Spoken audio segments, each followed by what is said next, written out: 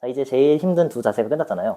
이제부터는 다시 아래로 단계를 확 낮춰서 머리서기부터 시작합니다. 머리서기. 여기서는 비냐사가 없습니다. 그래서 여기서부터는요, 그냥 하타 요가 방식이라고 생각하시면 될 것 같아요. 동작 하나 하고 쉬던지 아니면 하나를 계속 유지하든지 그런 식으로 하나 이렇게 단계별로 갈 겁니다. 자, 처음 시르사사나부터 준비합니다. 시르사사나. 들어올리기 직전까지 준비합니다. 시르사사나 아직 잘 안 되시는 분 손 들어주세요. 두 분, 오케이, 알겠어요. 제가 여기 붙어 있을게요. 준비. 인헤일, 업. 자, 여기 있습니다. 발바닥끼리 많이 붙여버리세요. 발바닥끼리. 무릎을 넓게 벌려서 발바닥 붙여버리세요. 네, 그럼 훨씬 더 안정적입니다. 무릎 더 밖으로 벌려주세요. 이렇게, 이만큼. 네, 괜찮아요. 아직 1도 안 됐어요. 네. 그리고 숨 한번 크게 쉬시고 숨 참아주세요. 발간적 골반 넓이. 무릎만 접으시고 힘 더 빼주세요. 힘 더 빼주시고 그 다음에 다리뼈 앞으로 접어주세요. 앞으로. 굿. 천천히 내려올 거예요. 지금 10시에서 끝났잖아요. 10시에서 그 10시를 이렇게 만들려면요, 일단 잘 접어서 뒤로 다 넘겨야 돼요. 다리뼈를. 안 넘어져요, 절대로. 여러분들이 이제 요가 워크숍 같은 걸 많이 들으시면서 다양한 테크닉을 배운다는 사실을 알고 있습니다. 하지만 그 대부분의 테크닉은 여러분들한테 지금 당장 의미가 없어요. 왜? 몸이 준비가 안 돼 있으니까. 근데 그 몸이 준비가 안 돼 있다는 것이 어떤 의미인가를 봤을 때, 진짜 근육이 엄청 커져야 되는가를 물어본다면, 그래야 되는 사람은 거의 완전 그 초보자 있죠. 맨 처음 요가를 한지 한 6개월도 안 되는 분들, 그 정도를 제외하고는요, 여러분들은 이미 근육량은 충분한 상태예요. 하지만 제가 아까 막 돌리는 것도 이런 것도 알려드렸었고, 이것도 알려드렸었죠. 이런 것들을 통해서 지금 당장 필요한 근육을 활성화시키는 방법을 모른다면 여러분들이 동작을 수행하는데 상당한 어려움이 있을 것이고, 그 다음에 아무리 여러 가지 테크닉을 배워봤자 몸이 말 안 듣는 다는 것이죠. 그런 것들을 많이 경험해봤잖아요. 그래서 계속 하세요라고, 나 안 되는데 어떡해. 그래서 누군가가 이렇게 하세요라고 지시를 내렸을 때 지금 당장 움직일 수 있는 상태를 만들어줘야 한다는 것이죠. 이번엔 묵타 하스타 시르사사나 A를 해보겠습니다. 수건 대고 하시면 더 좋아요. 준비. 인헤일, 업.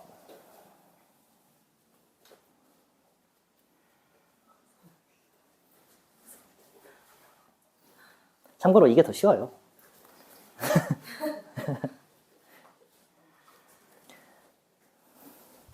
자, 잠시. 자세가. 하나, 둘, 셋이에요. 네. 자, 앞구르기를 할 것을 대비해서 여러분들 시도하실 때 매트 뒤에서 시도하시면 돼요. 이 머리서기를. 오케이, 잘했어요. 천천히 내려와서 휴식. 발간격을 골반 넓이를 하는 이유는요, 숙련자 선생님들은 발간격을 골반 넓이를 하던 말던 사실 상관없거든요. 보상작용이 발생하지 않고 그냥 원하는 동작을 만들어낼 수 있습니다. 하지만 아직 몸이 준비되지 않거나 동작을 처음 배우는 사람들은요, 근위부, 이거는 그림 좀 그려야 되는데, 방금 핸드스탠드 할 때 제가 어깨 돌리는 거 알려드렸잖아요. 그러니까 동작이 갑자기 됐잖아요. 그 이유는 이게 견갑골입니다. 그 다음에 이게 상완골이에요. 여기 이제 팔꿈치나 손이 이렇게 있겠죠. 이게 원위부고요. 이게 원위부고 이쪽이 근위부예요. 그리고 더 중심으로 들어가면 여기는 척추가 있어요. 이런 식으로. 그래서 여기랑 여기를 근위부로 치는데, 방금은 그 중에서도 여기 둘 다 한 거예요. 척추 이렇게 어깨 복합체 돌리기를 하면서. 그러면 여기에서 활성화가 되면요, 나머지 관절을 움직일 때 그냥 잘 움직이게 됩니다. 근데 만약에 이러한 일이 일어나지 않았을 때, 즉 이쪽이 활성화가 떨어졌을 때는 어떤 일이 발생하냐면요, 여기서는 몸쪽 근육과 먼 쪽 근육이 있는데, 몸쪽 근육의 안정화 작용이 일어나지 않는다면 먼 쪽 근육은 지나치게 빨라지며 속도를 제어할 수 없을 것이다 라고 적혀요. 그래서 초보자들은 어떤 일이 발생하냐면요, 다리를 벌리지 못합니다.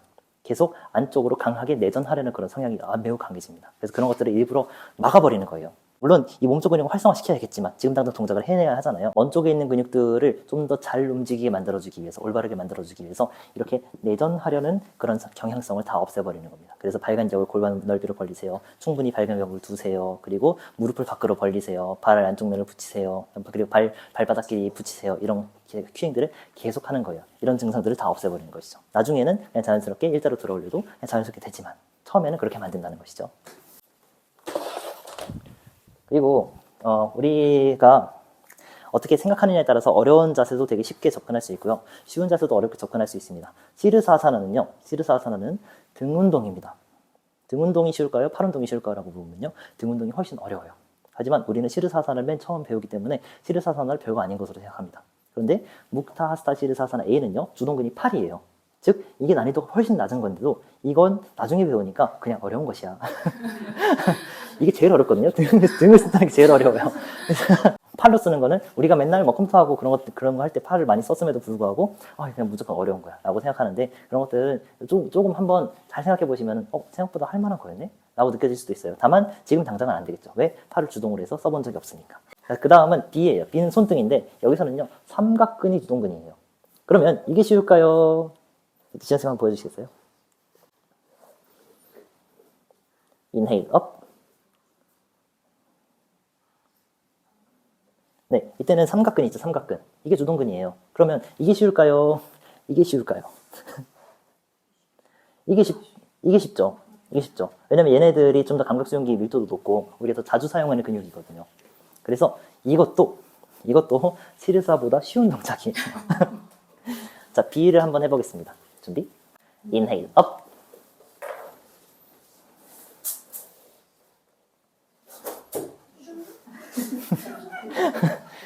자, 우리 앞 사람을 배려해서 수련해 주시면 됩니다.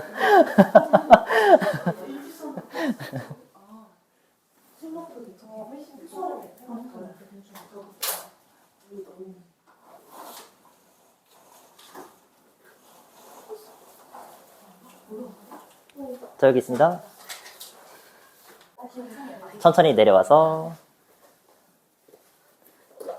휴식. 자, 이번에는 C를 할 겁니다. C는요 손바닥을 이렇게 짚는 거예요. 이때는 상완 이두근이 주동근이 됩니다. 그러면 이것도 시르사보다 쉬운 거예요. 이해되시겠죠? 자, 네, C는요 이렇게 짚고 하는데 이게 45도라고 생각하시면 돼요. 근데 막 요가 책 보면 이렇게 돼 있잖아요. 이렇게 하나 뭐 대단한 일이 벌어지지 않거든요. 그냥 안전하게 45도 짚고 그냥 수련하시면 돼요. 네, 이렇게 짚은 상태에서 팔꿈치를 살짝 구부려 줍니다. 준비. 인헤일 업.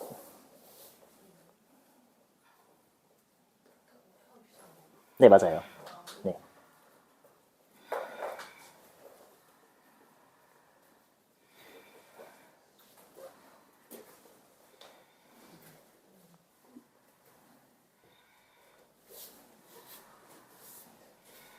들어올리신 분들은 발간격을 전부 골반 넓이로 해주시면 됩니다. 골반 넓이.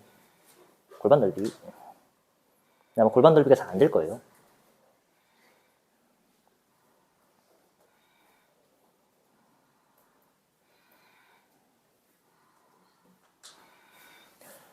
천천히 내려와서 휴식. 지금 인원이 많아서 그런데 저랑 한 2명 정도 2대1 수업이나 아니면 3대1 수업 정도면요 오늘 한 2시간 정도면 핸드스미까지 다 만들어 드릴 수 있어요.